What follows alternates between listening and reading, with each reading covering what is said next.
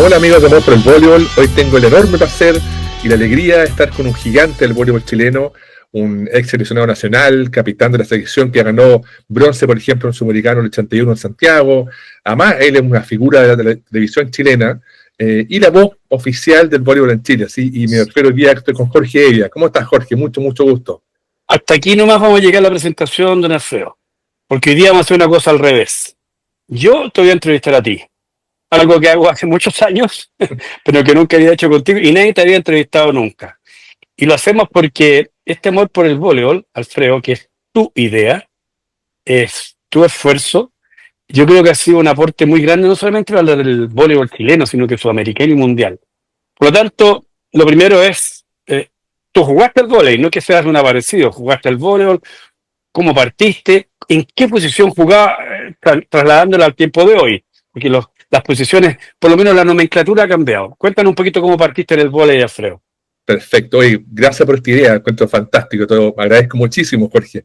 Oye, nada, yo partí jugando por culpa de mi papá. Obviamente mi papá fue jugador, fue entrenador, y él nos metió a mí y a mi hermano, que también fue un gran jugador, bueno, Gran jugador. ¿no? Y sigue jugando, Sí. fuerza para seguir jugando. Bueno, y de chico yo hacía otros deportes, qué sé yo, y finalmente, por muchas historias, yo terminé entrenando voleibol en el colegio. Hay un campeonato de colegio alemán y partimos jugando y el bichito me picó al tiro. Y bueno, y como te decía, de chiquitito con mi hermano siempre acompañamos, íbamos con mi papá al gimnasio, veíamos los partidos, los grandes clásicos de Chile, Católica, la Chile, Estadio Español, y ahí me enamoré del voleibol, de chiquitito. Bueno, y yo me piqué un estirón muy chico, a los 11 años mido como 1,80 m, entonces destacaba un poquito más en división mini, y siempre por eso, por estatura, jugaba al medio, como un bloqueador central de hoy día. Y me encantaba bloquear, me encantaba jugar. Mi hermano siempre fue mi armador, ¿ya? Entonces nosotros jugábamos a que él era Zaitsev y yo era Sabin, que eran estos grandes jugadores rusos que yo siempre admiraba. Eran parecidos, sí. Parecido.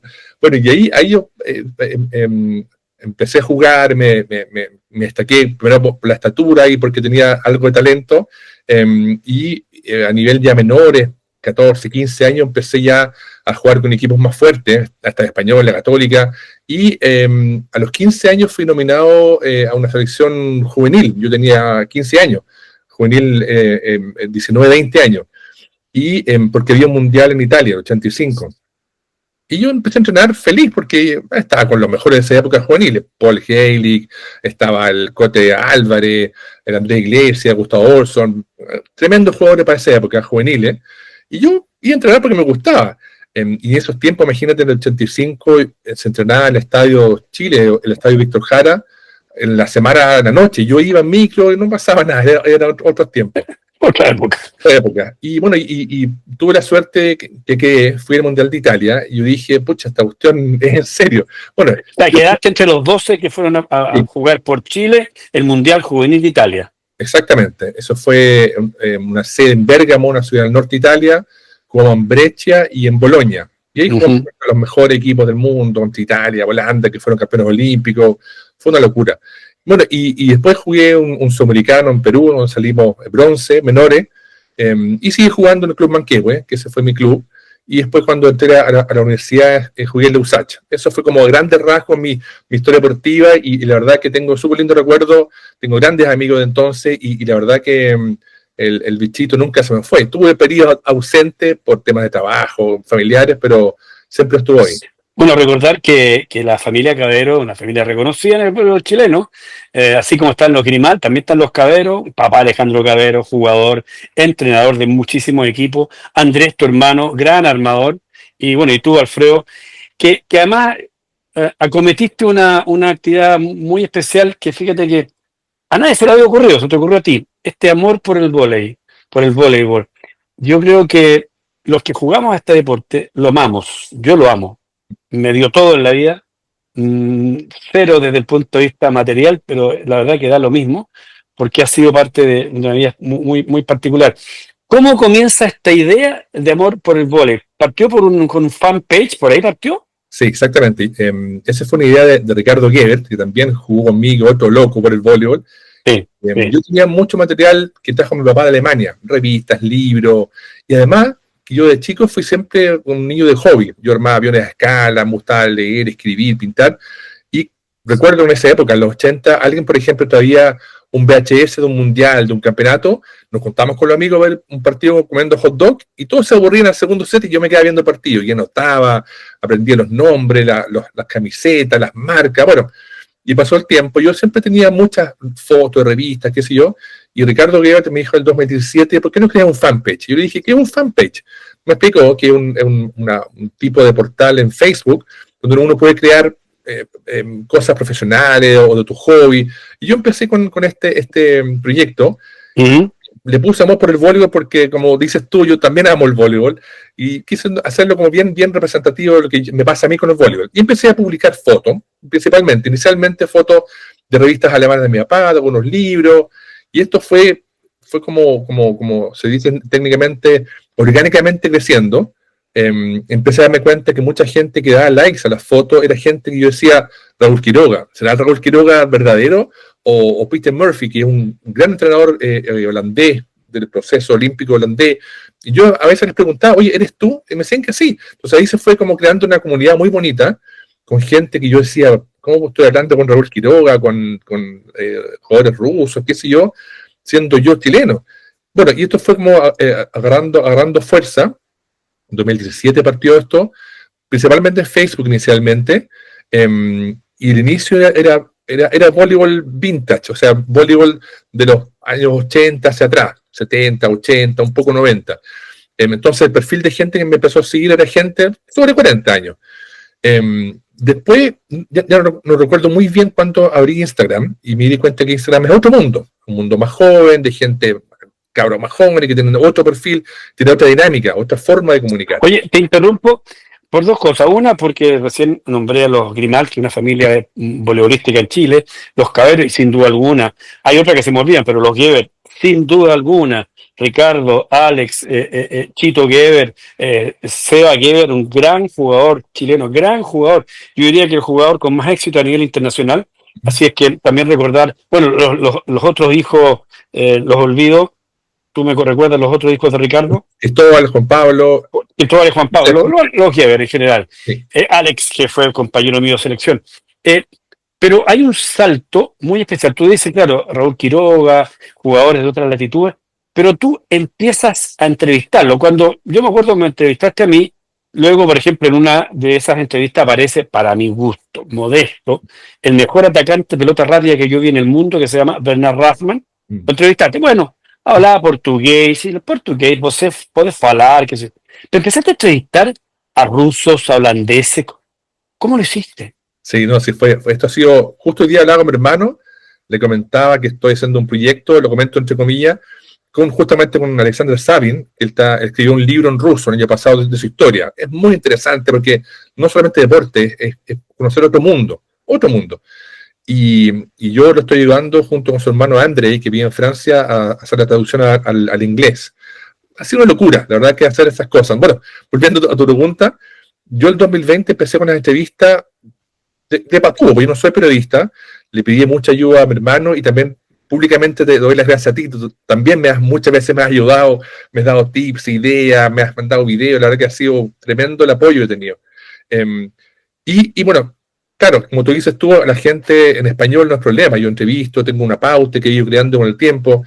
Y de pronto empecé a entrevistar gente en Brasil. Y yo digo, bueno, el portugués hablado lento se entiende, pero hablado rápido nada. Entonces le pedí a una amiga que jugó voleibol portugués, brasilera, que vive en Chile, que me ayude.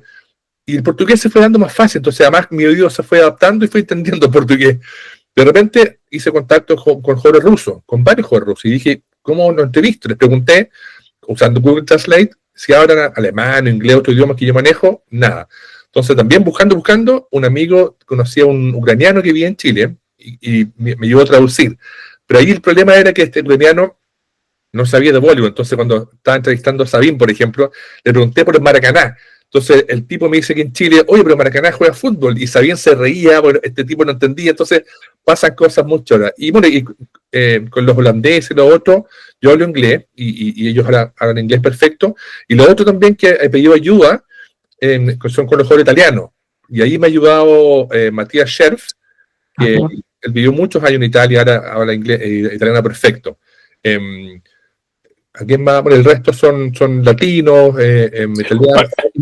Estadounidense. Franceses también, estoy empezando a entrevistar gente en Francia que me está ayudando un amigo, el Cristian Huesito González, que vive en Suiza, y entrevistamos al papá, por ejemplo, de Erwin Engapeta, Eric Engapet, que venía de África y jugó en Francia. Entonces, se ha ido dando todo así por contacto, por amigos, por buscando soluciones para...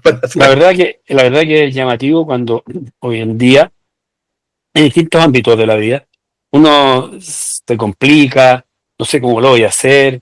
Aquí hay creatividad, hay esfuerzo, y hay algo muy especial. Mira, tú recién hablabas de Sabine, hablamos de Bernard Rachman, Napé. Estamos hablando de los Messi, los Cristiano Ronaldo de hoy en día, de los Pelé, de los Maradona de hace unos años. O sea, aquí está, tú has hablado con los mejores de la historia del voleibol mundial. O sea, para que quienes van a ver esta conversación entiendan a los niveles que se ha llegado. Y eso habla muy bien, ¿sabes de qué? Una frase tan maniada, tan utilizada. La familia del voleibol. Aquí yo tengo la suerte, por ejemplo, de haber jugado muchas veces contra Argentina y con Brasil de mi época. Jugadores como Chandó, Hugo Conte, con el cual hoy día mantengo una amistad muy cercana, jugadores que han pertenecido a algo que ya te voy a preguntar a ti, como el Salón de la Fama, siguen teniendo esta relación óptima. Eso habla a las claras de el tipo de personas que son los voleibolistas en general. En base a eso, cuéntanos un poquito lo que ha sido tu presencia con esta idea maravillosa, lo que es el crecimiento virtual que has tenido.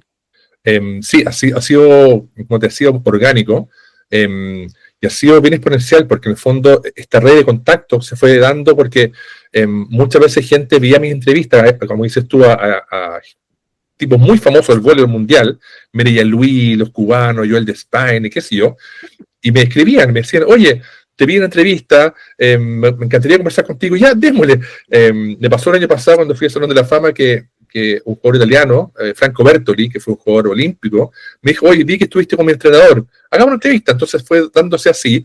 Los mismos jugadores, como Bernard, todos los grandes, me fueron dando los contactos, los argentinos, y la gente al ver que hago un trabajo súper serio, para mí esto es súper serio, como que confían y vamos haciendo las entrevistas. Y el crecimiento ha sido porque iban abriendo otros canales, como usted decía antes, Instagram, Spotify, donde pongo los audios, pues la gente a lo mejor está manejando y quiere escuchar la entrevista, YouTube, donde obviamente subo las entrevistas, también está Twitter, ex hoy día, que también subo pequeños links para que la gente siga las otras páginas. La verdad que ha sido así.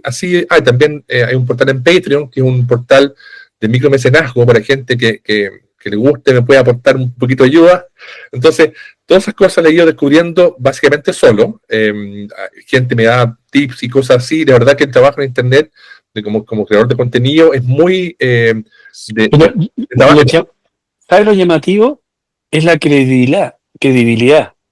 Porque tú no jugaste a nivel adulto con ellos, No. por ejemplo, con esa generación. Claro. Pero la credibilidad que has tenido para que esos grandes jugadores, que hoy día son figuras, de Narrama es una figura a nivel, incluso fue a nivel político, fue muy importante en Brasil. Claro. No sé, estoy recordando a Renan Dal Soto y muchos otros en Italia, etcétera. ¿Cómo llegaste al tema del Salón de la Fama? Eso fue también parte de lo que estábamos hablando recién, de esto de que las redes sociales son muy, muy potentes. Uno conoce mucha gente que antes era imposible. Entonces, yo conocí a un mexicano que hace algo muy parecido a mí. Él también hace entrevistas, que se llama Alejandro Castillo. Y él, por la cercanía de Estados Unidos, tuvo un par de cursos con Doug Bill. Doug Bill es director del Salón de la Fama. Y empezaron a conversar que ellos estaban pensando en armar un grupo de comunicadores internacionales del voleibol para apoyar el Salón de la Fama. Y él me propuso. Hablé con ellos, tuve un par de entrevistas, y yo, quizá que no se nota, pero yo soy muy nervioso. Yo incluso cuando, por ejemplo, entrevisté a Coach Kirali, yo estaba transpirando, estaba así, para mí fue muy difícil. Bueno, y tengo una reunión con Doug Bill, y yo estoy sentado mirando a Doug Bill, y digo, Doug, perdóname, pero primero tengo que decirte que yo admiro todo lo que tú has hecho, y bla, bla, bla. Y ahí empezamos a conversar, que ellos querían armar este grupo, y hay varias, como 20 personas de todo el mundo, de Italia, Japón, de Brasil, Venezuela, de muchos países, Francia, Italia, donde hay medios de comunicación digitales principalmente, y que están cubriendo el voleibol.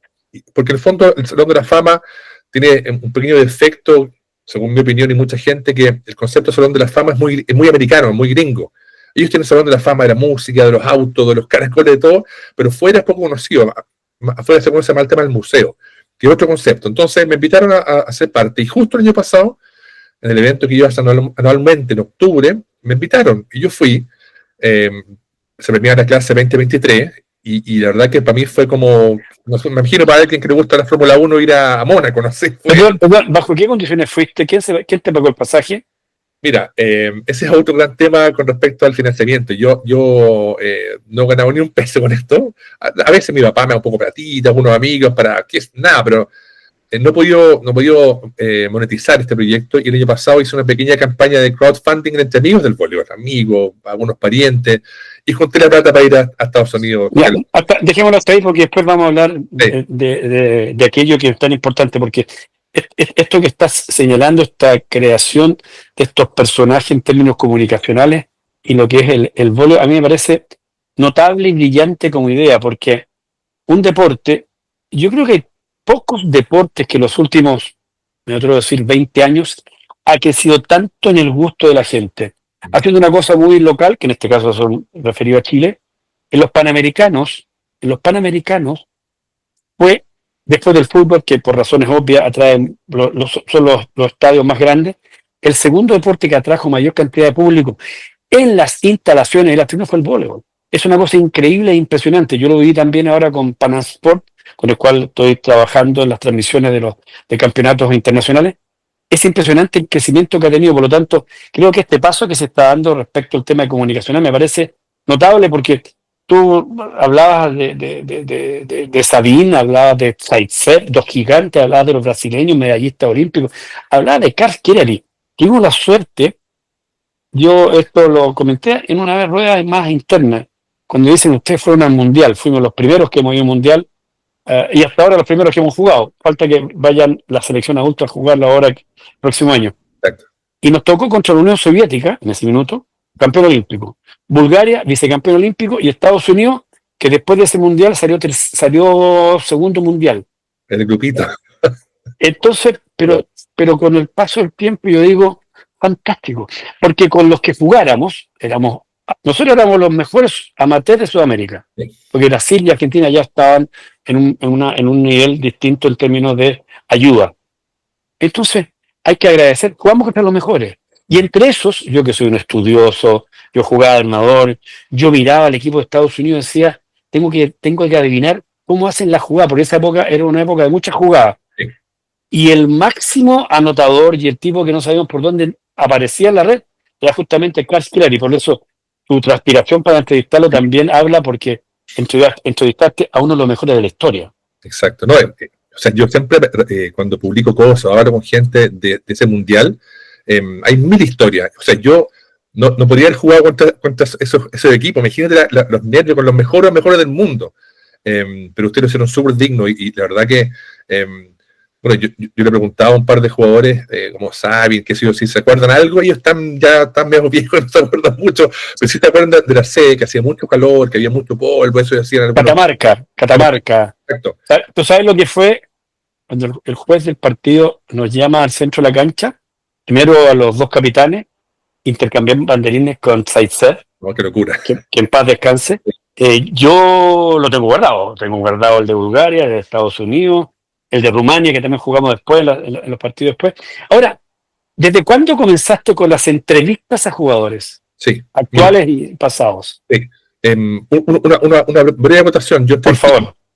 También hace el año pasado, creo, o este año, a Alejandro Cocha, que es un gran periodista deportivo del rugby, de ESPN. Jugó vóley, ¿eh? Jugó voleibol, por eso me pasó lo mismo. Él empezó a postear, publicar, qué buen reportaje, bla, bla, bla, Alejandro Cocha. Yo dije a Alejandro Cocha, le pregunté, ¿tú eres Alejandro Cocha del rugby? Sí. Bueno, lo entrevisté, muy simpático, estaba justo en el Mundial en Francia de rugby.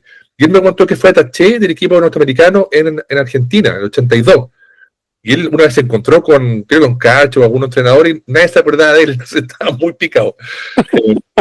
Hay mil historias. Con respecto a la entrevista, yo comencé el 2020, para serte franco, no recuerdo por qué me atreví, porque yo te digo, no soy muy patú, mi hermano mucho más, y Andrés es periodista, y él tan acostumbrado. No me acuerdo, porque francamente le pedí la primera entrevista a Raúl Quiroga. Le dije, Raúl, mira, tengo esta idea, ¿me ayudaría? Y Raúl, como una persona maravillosa, me dijo, dale. Yo también súper nervioso, traté de entrevistarlo, y la verdad que me gustó, a mucha gente le gustó, yo lo compartí con mis amigos, y me dijeron, dale. Y ahí comenzaron las segundas entrevistas, la segunda entrevista fue el tiro, una jugadora rusa, que fue campeona olímpica en Seúl, en inglés, qué sé yo, y ahí Mireia Luis, todos los grandes que ellos mismos me iban dando, como te decía, Mireia Luis, perdón. Mireia Luis. María Luis, Eso, multicampeona. qué jugadora, qué jugadora. Y la gente, como decías tú, yo, es verdad, es loco esto del ¿por qué confían a alguien como yo, que no fui, yo jamás jugué ese nivel ni con ninguno de esa generación? Yo jugué en Chile, ¿no? Y 2 sudamericanos y punto. Y el mundial fui reserva. Pero fue loco porque yo siento que la gente como que vio que el programa y todo lo que yo hacía era muy serio. Entonces, quizás eso también les dio credibilidad. Y al ver también las entrevistas, que Raúl Quiroga me recomendaba, Mireia Luis o Sabin, Bernard, me dijeron, oye, este tipo sabe lo que está hablando y la verdad que por eso siguió creciendo y ha ido armando. Yo te tengo que reconocer algo, ¿eh? Bueno, yo las veo todas, pero vi las de los sudamericanos, y dije, sí, Bernarrama, claro, está más cerca, anduvo en Chile el 2014 con ocasión de los Juegos o de Sur o Suramericanos, bueno, Raúl, Quiroga y todos esos jugadores están más cerca, que cuando Sabín, yo dije, ¿será? ¿Cómo? No, esto es más, que ¿cómo hace con Sabín Saizer una dupla, jugar contra ellos? Mira, si hubiéramos tenido una cámara y una cámara fotográfica jugándolo, era para grabarlo, para sacarle fotos, que de verdad que era un espectáculo. Por lo tanto, cuando pasa eso, uno se pregunta, tú eres publicista, ¿no? Sí, sí. ¿Alguna relación el mundo de la publicidad es mostrar de una manera atractiva al mundo distintos productos, etcétera, con esto que estás haciendo? Exacto. Yo bueno, siempre he querido desde un principio que cada publicación tenga algo gráfico, que no sea solamente, porque hoy día existen muchas aplicaciones como Canva, que son fáciles de utilizar, pero yo siempre he querido en cada publicación que el detalle de la foto, el recorte, el logotipo, por eso también le he puesto harto cariño al trabajo de mi logotipo, que la entrevista que yo edito, porque hago todo es casero, también trato de ponerle lo más cariño a una música que me la dice un amigo que es músico, la edición, las fotos, que ojalá todo tenga una calidad, y eso un poco una calidad visual y de contenido, un poco por mi formación profesional. Y quería también un poco mencionar lo que tú dijiste de los Panamericanos en Chile. Yo también pude ir a ver un par de partidos, incluso una vez te fui a saludar, que tú estás en prensa, y también quedé impresionado con lo lindo que estuvo, lleno todos los días, el mismo espectáculo deportivo, fue maravilloso, y yo también pienso lo mismo. Y un poco quería mencionarte con respecto a cuál es mi visión de por qué hago yo esto. No solamente porque me gusta el vóley, porque lo amo, sino porque yo tengo un sueño que algún día tú le preguntes a alguien en la calle y le preguntes por 3 jugadores de voleibol y te diga Carl, Jorge Evia, Sabine. Porque tú un día vas por la calle en Chile, en cualquier parte del mundo, y preguntas por un basquetbolista, o 3 basquetbolistas te dicen Magic Johnson, LeBron y Michael Jordan. Preguntas por un tenista, Nadal, Federer, Bjorn Borg. Pero voleibolistas no. Y eso para mí me extraña mucho, siendo que el voleibol, si mal no recuerdo, es el 5º deporte más practicado del mundo, o por ahí, del mundo. Entonces uno dice, ¿qué hemos hecho mal quizás como voleibol, como federaciones, como no sé quién, para que el voleibol quizás no sea tan es una, tan querido? Es una tremenda pregunta la que tú haces, porque en Brasil, jugadores, siempre coloco el ejemplo, Bernard es un personaje en Brasil. Claro. Yo creo que, por ejemplo, Estados Unidos, el básquet, la NFL son muy potentes. Y Estados Unidos es muy potente en voleibol masculino y femenino, pero hay una cosa que se llama pantallita. Sí. La televisión es la que manda mucho para. Y yo creo que ese crecimiento poco a poco, hoy día, por ejemplo, yo que entreno igual, no vóley, porque es suficiente para mis rodillas, mucha gente, cuando yo llego a entrenar a un club deportivo como la Católica, me dice, oye, ¿qué mundial se están dando en Polonia? O sea, hoy día eso ya está entrando fuerte. Además, el espectáculo del voleibol, siempre me dice lo mismo, es de lo más lindo del mundo, porque no hay roce, no hay confrontación. Aquí siempre en general ganan los mejores. Por lo tanto, yo creo que hay un crecimiento muy relevante. Y en ese sentido, lo que tú haces ayuda muchísimo a esto. Ahora, me gustaría, por ejemplo, que me contaras algo, les contaras a quienes van a ver esta entrevista, personajes que te hayan llamado la atención por distintos motivos en estas conversaciones. Mira, un poco cerrando lo que tú dijiste antes, el tema de la importancia de la comunicación, de la pantallita, eh, para apoyar el voleibol, para mí siempre mi inspiración fue la NBA, porque los tipos constantemente homenajean a sus grandes estrellas del pasado, a todos. Entonces, yo siempre he querido como, bueno, por eso partí entrevistando gente más antigua, pero estoy tratando ahora de actualizar con jugadores actuales. Pero para mí es súper importante la historia del voleibol y lo que hace el Salón de la Fama con respecto si tenemos una historia, construimos futuro. Eso como idea. Y un poco a tu pregunta, bueno, como te decía al principio, los grandes que yo he entrevistado para mí han sido como un sueño de nuestra realidad. Sabin, Catch Kirley, Raúl Quiroga, Miriam Luis, Cecilia Taí, las peruanas también. Cecilia Taí. Hoy día miembro del Comité Olímpico Internacional. Todos esos gigantes que yo he entrevistado para mí ha sido un sueño de nuestra realidad. Y también he tenido realmente como sorpresas interesantes, como para mí, por ejemplo, una entrevisté a un jugador ex soviético, que hoy día es de Lituania, si no me equivoco, Pavel Selivanov, que fue campeón olímpico, y él estaba muy extrañado que como alguien en Chile tan lejos se acuerda de él puntualmente. Y un tipo encantador, siempre contaba miles de historias.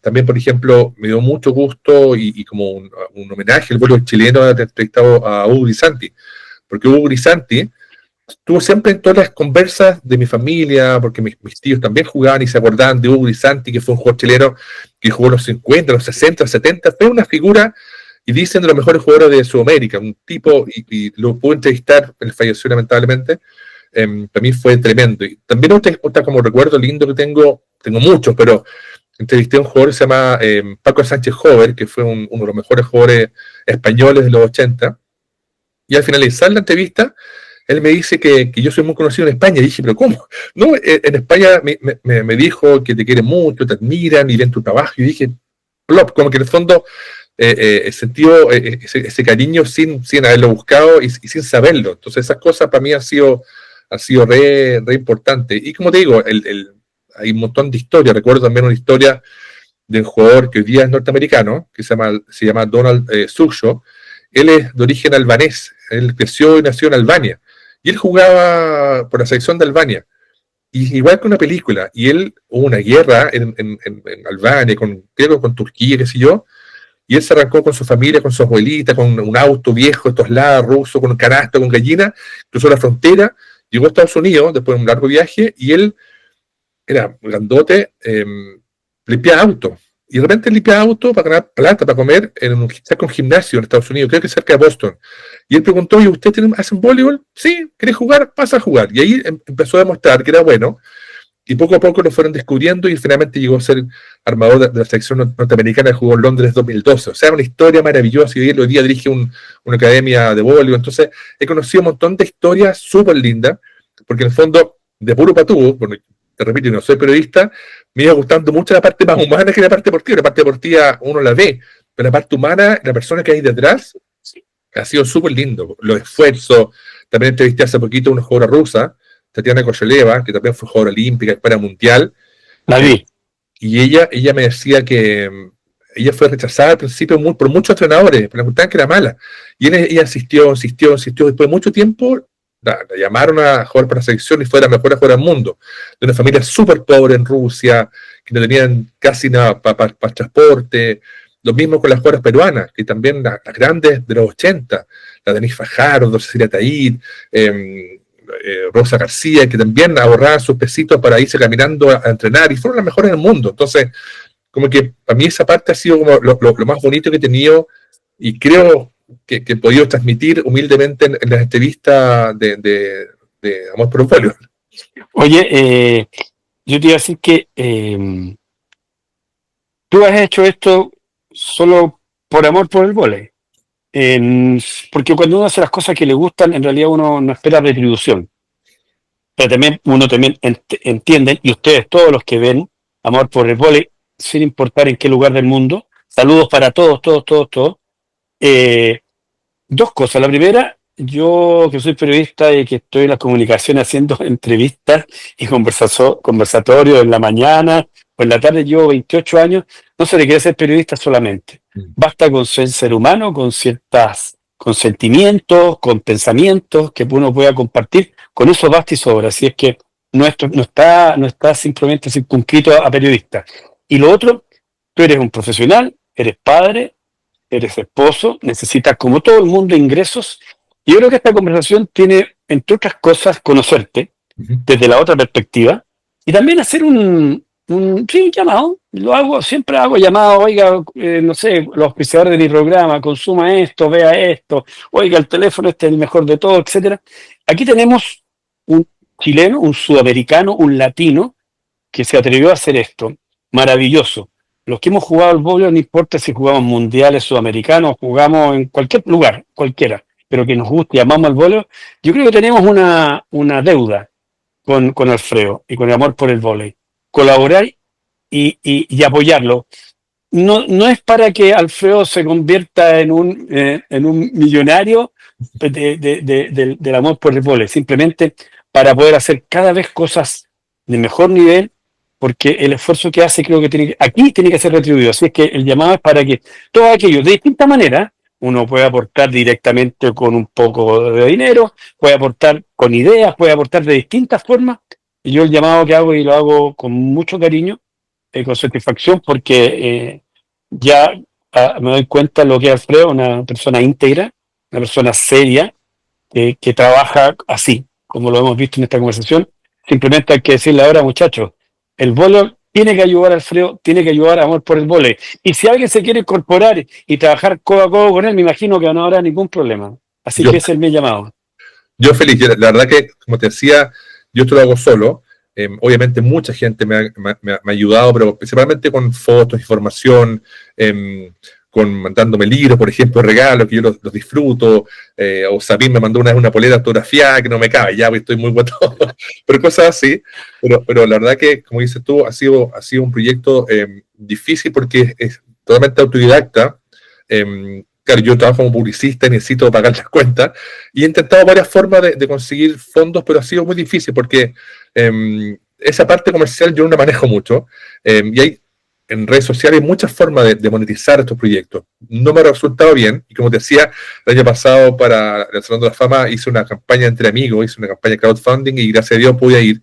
Pero no es la idea estar siempre haciendo otras cosas. La idea, creo yo, es poder tener, ojalá, o un auspiciador o un sistema que permita financiar, porque ¿cuál es mi sueño? Mi sueño es algún día poder estar en algún campeonato, en un mundial, con quizás no sé cómo se dice, una mesita, un pendón atrás transmitiendo, una camisa con mi logo, entrevistando, o no yo, quizás algún periodista especializado, mi hermano, tú, qué sé yo, pero es un poco mi sueño, pero para eso necesita, como dices tú, ser profesional, tener buenos equipos, tener equipamientos especiales, buenos micrófonos, un editor audiovisual. Pero, pero ¿sabes qué, Alfredo? Mira, yo creo que hoy, tú estás con un teléfono y estoy con otro.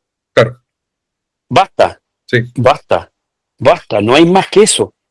Lo que sí es que a los que nos están viendo, más que de las antiguas generaciones, de las nuevas generaciones, los chicos o chicas digitales, a ver si alguien o un grupo se entusiasma y desde el punto de vista digital te enseñan, nos enseñan a los que hemos vivido en otra época, de qué manera atraer, como tú dices, auspicios, forma de colaborar para que este proyecto siga viviendo y siga creciendo. Yo creo que aquí es el llamado a las nuevas generaciones digitales. Hay gente joven hoy día que pero son soberbios en este ámbito. Y pueden ser brasileños, peruanos, argentinos, Sí. de cualquier, cubano, puertorriqueño, mexicano. La idea es colaborar, hacer un grupo, porque el vóley, yo insisto, el vóley es el deporte más lindo del mundo, y con gente como tú que se la juega, simplemente decir, ayudemos para que este amor por el vóley no termine. Sí, a mí me sorprende mucho, por ejemplo, bueno, yo estaba hablando con un amigo hace poco que vive en Los Ángeles, Estados Unidos, y él me dijo, oye, yo siempre veo a Jorge Egan conectado, oye, mira qué interesante. Y ahí yo empecé, y por eso hablé contigo, porque a mí no lo entiendo, pero me alegra mucho, donde más gente me sigue en México. El 25% de mis seguidores en México. Sigue Colombia, sigue Perú, me sigue Brasil y Argentina y Chile. Chile es quinto. Entonces yo digo, pucha, Jorge Evia es tan conocido fuera de Chile, especialmente en el mundo latino.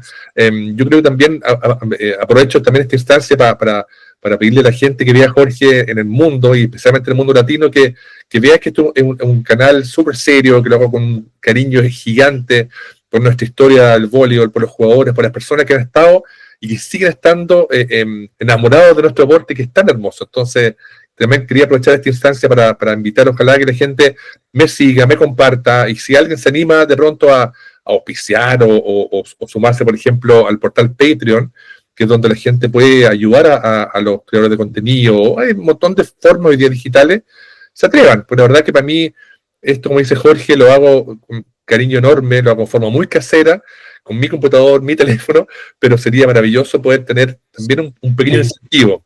Todo ayuda. Sí, sin duda alguna. Y lo único que a lo mejor lo haces, si no, te lo recomiendo, lo haces tú, lo puede hacer Andrés, lo puede hacer Andrés Cabrera, tu hermano, o cualquier hombre o mujer digital de hoy, es la manera de cómo poder ayudarte en esta edición, pues seguramente algo lo vas a editar, colocar las formas de acceder en Spotify, en YouTube, y en estas plataformas que tú has señalado. Yo creo que esa información va a ser muy relevante. Aprovecho de despedirme, saludando a la gente. Yo sé que se llega a un lugar muy, muy diverso. Yo tengo esta semana que viene una reunión con Hugo Conte. Él sabe esto y voy a hablar con él. Él está permanentemente viajando, recién estaba en Brasil, porque él maneja algunos jugadores, ahora se vive a Italia, por lo tanto, hay que buscar la manera de como digitalmente hoy día acceder a estas nuevas generaciones, que además cada día gustan más del voleibol. Así que felicitaciones, ayudemos, amor por el vóley, que lo dirige este hombre que está ahí frente a mí, don Alfredo Cadel. Genial, mil gracias de nuevo, Jorge. Para mí es una alegría enorme esta contra entrevista que hicimos. Y nada, te agradezco de nuevo, porque siempre tú has estado a mi lado de que yo partí en esto, dándome ideas, mandándome saludos, aportando con conceptos que para mí es tan importante, y alguien como tú que sabe de esto, de las comunicaciones y especialmente del deporte. Así que mil gracias de nuevo, Jorge, un gran abrazo y bueno, estamos hablando, estamos en contacto. De todas maneras, abrazo para todos, viva el vóley.